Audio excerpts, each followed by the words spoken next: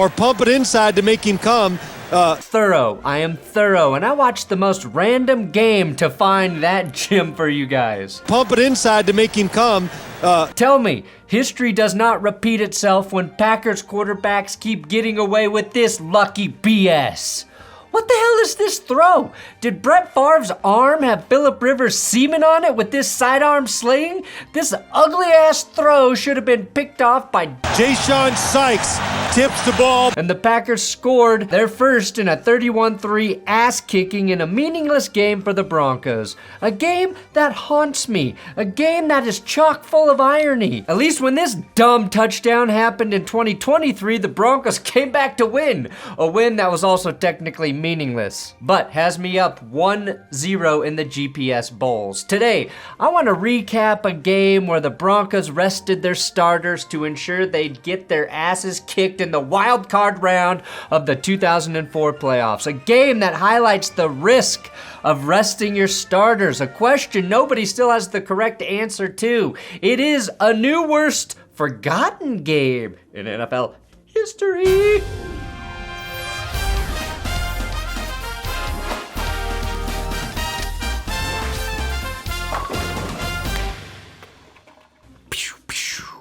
Please subscribe here. And while the officiating in this new worst game wasn't bad, I do have the Fuck the Refs blend available over at my coffee company, Benchwarmerbrew.com. I make coffee, do you remember that? Also, the Benchwarmer Brew Twitter account is currently the only Twitter account I have access to that is not hacked. That's right, my fucking @BrandonPerna, my That's Good Sports Twitter account has been hacked.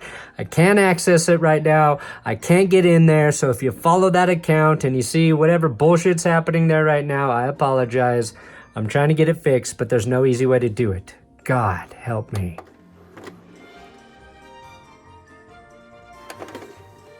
To set up this dumb game, I have to rewind even further than week 17 of the 2003 NFL season. 'Twas my senior year of high school. I quit playing football to pursue professional skateboarding, which I would quit to pursue becoming a film director, which I would quit to do this bullshit. Regardless, I was honored my senior year with winning Best Hair, which is hilarious because I shot that whole episode with my hair looking like that. No, that oddly placed strand of hair is not going away, and now you're gonna notice it for the entire episode. It's gonna bug you. And watching the Broncos dismantle the red-hot Colts in prime time, week 16, 31-17.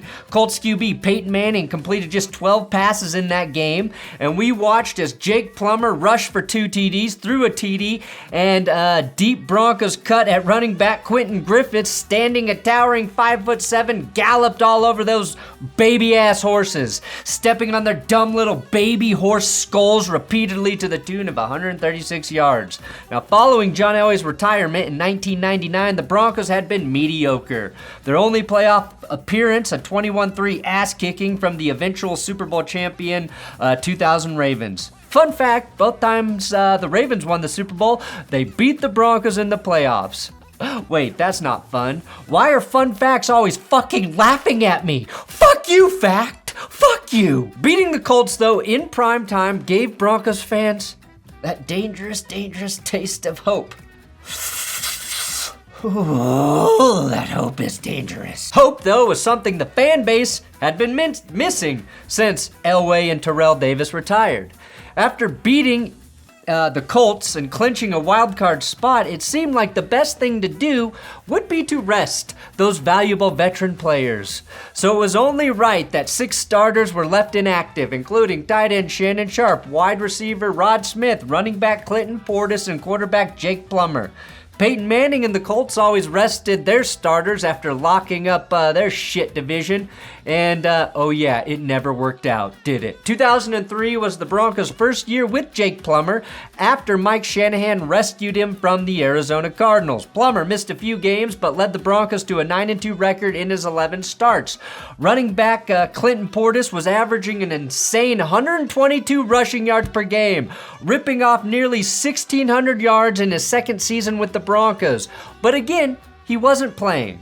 If he was, this game may have featured two 200-yard rushers. Across from Mike Shanahan was Packers head coach Mike Sherman. Some classic Mike-on-Mike action.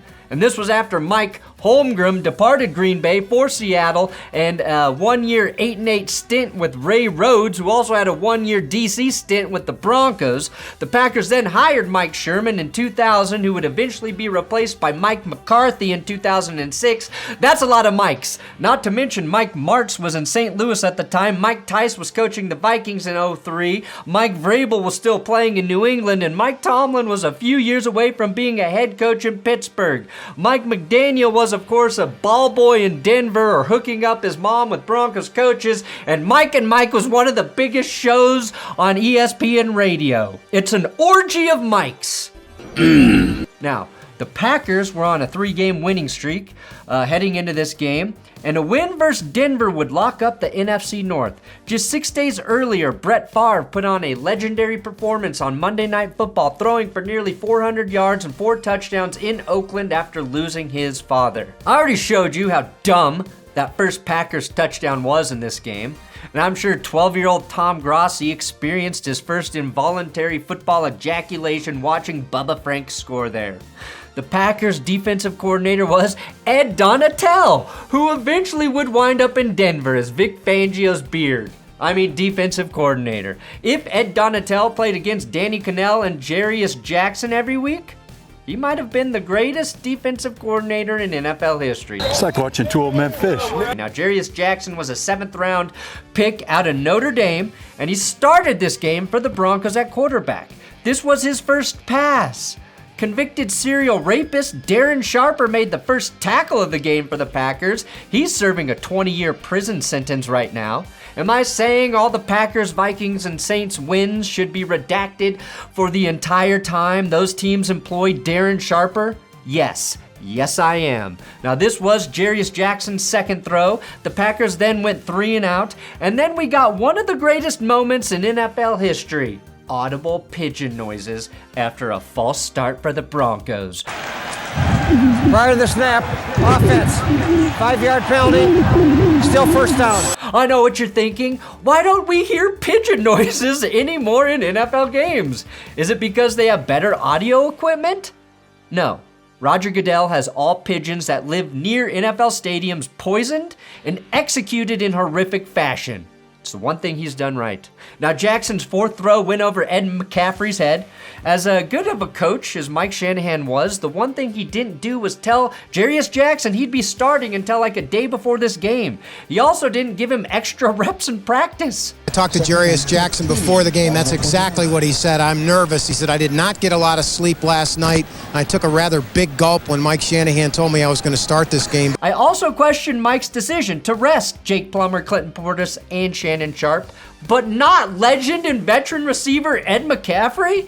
And I guarantee you that's what Ed was thinking when he took this brutal shot from, again, convicted serial rapist Darren Sharper. Ed made a career taking shots like that. You always know when Big Ed is back when he takes some really ferocious hits. Thanks for reminding us, Phil. It's not fun. Because we know him and we've watched so many. He could just hit the ground as hard as anybody there is. 2 of Jackson's 4 completed passes in this game were nice throws to Eddie McCaffrey.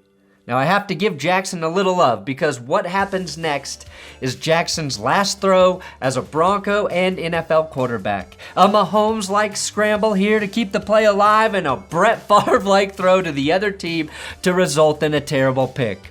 Broncos fans would have to wait 15 years before watching another black QB take a snap in Denver. He too was a backup and a 7th-round pick.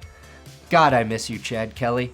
Fortunately for the Broncos, Brett Favre gave the ball right back to Denver almost immediately. This was a must-win game for the Packers at the time, and Favre was doing what he did best.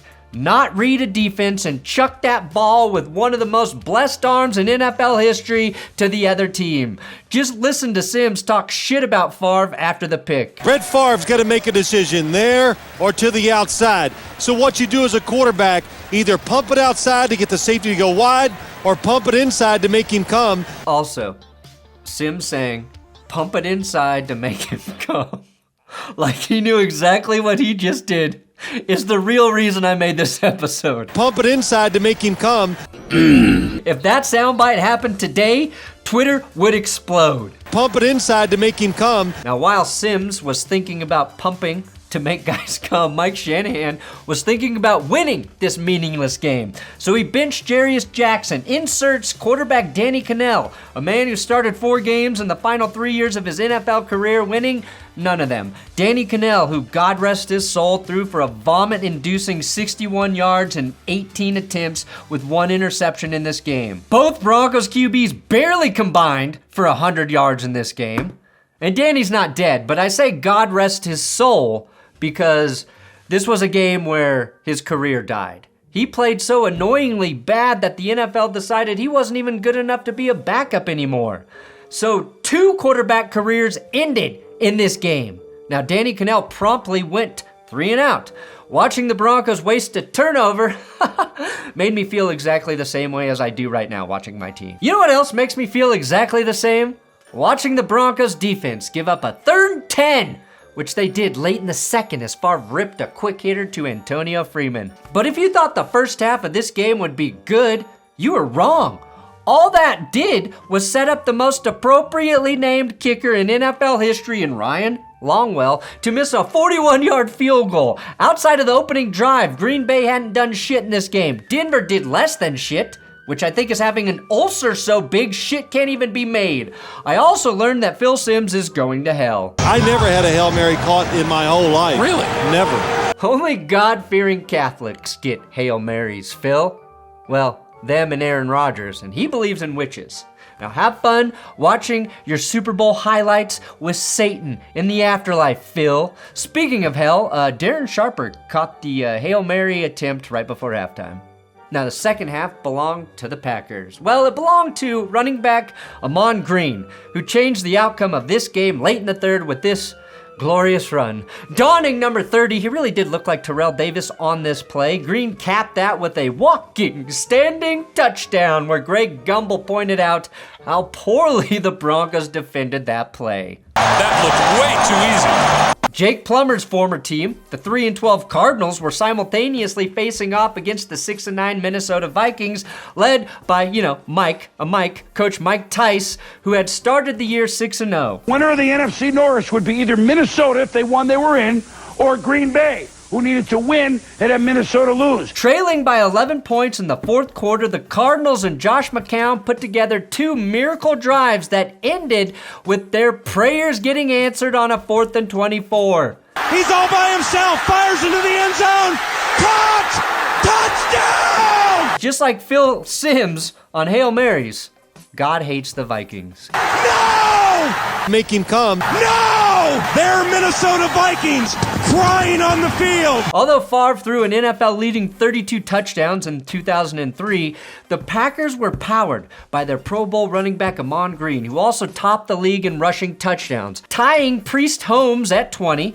And if it weren't for Jamal Lewis rushing for over 2,000 yards, Green's 1,883 would have led most years. Can you imagine if in today's NFL someone rushed for nearly 1,900 yards and that was second place? In today's NFL, a 1,900-yard rusher would also be earning 23 cents for every yard he gained. Paving the way was one of the top lines in the league, with all 5 starting all 16 games, 4 of whom made a Pro Bowl during their tenure with the Green and Gold, excluding Hi, I'm Mark Tauscher, who was a reliable tackle for 10 years in Green Bay. The blocking to the right side, Mark Tauscher. Now, Ahman Green's 216 yards in this game remains the most rushing yards in a single game in Packers franchise history. The Broncos gifted them that. Then again, they're known for their QBs, not their running backs. My favorite Packers running back will always be Eddie Lacy, a man who ate himself out of a job as a man I respect. He cannot play it the way that he played it this year.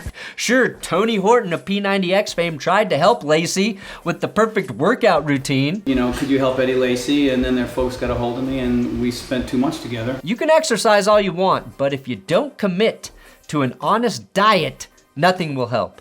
I work out 6 days a week. Hard.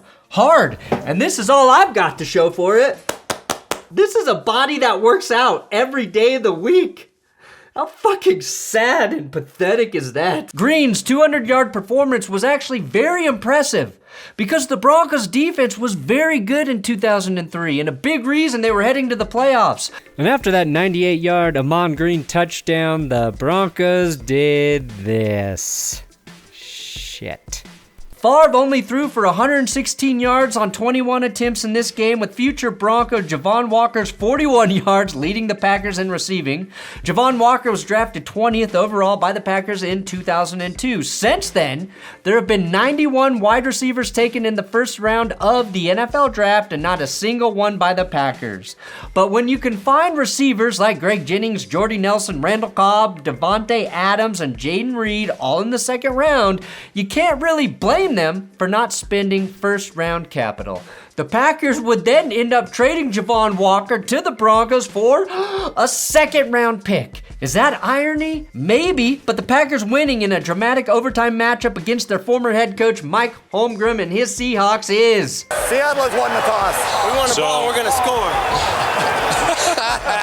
Oh boy. Meanwhile, the Broncos would end their season in Indianapolis a week later in a 41-10 blowout to their future quarterback Peyton Manning, who also happened to win MVP in 2003. Future Bronco Brandon Stokely torched them to start the game. And it only got worse from there as the Broncos gave up one of the most embarrassing postseason touchdowns in NFL history when nobody touched Marvin Harrison down and he just got up and then galloped into the end zone. I still have nightmares about that play. Manning threw 5 touchdowns for 377 yards. Peyton Manning's Achilles heel his entire career was always resting before the playoffs and then watching his team get destroyed. The one year he didn't do that, he devastated the Broncos, who rested their starters. That is also irony. Ultimately, this game and the rest of the Broncos season is a good example of the conundrum, the tough choice teams have in these types of scenarios. Either risk injury or risk losing momentum, which is a real thing. I think for a team, though, with a new quarterback who had to scrape to get into the postseason, rest never made sense for this version of the Broncos. Maybe rest one guy like Shannan Sharpe, but this team needed to continue to build chemistry. And that said, we just watched a new worst throwback for the most random game. The guy who helps me edit these videos, you know him as Johnny Barks, and I could think of. Pump it inside to make him come. Thank you for the rec, Johnny Barks. Thanks for watching That's Good Sports. Please subscribe here on YouTube. It's literally your only job. My job, make the video. Your job, subscribe. No, you don't get paid for doing your job. It's your duty. I should say it's your duty, not your job.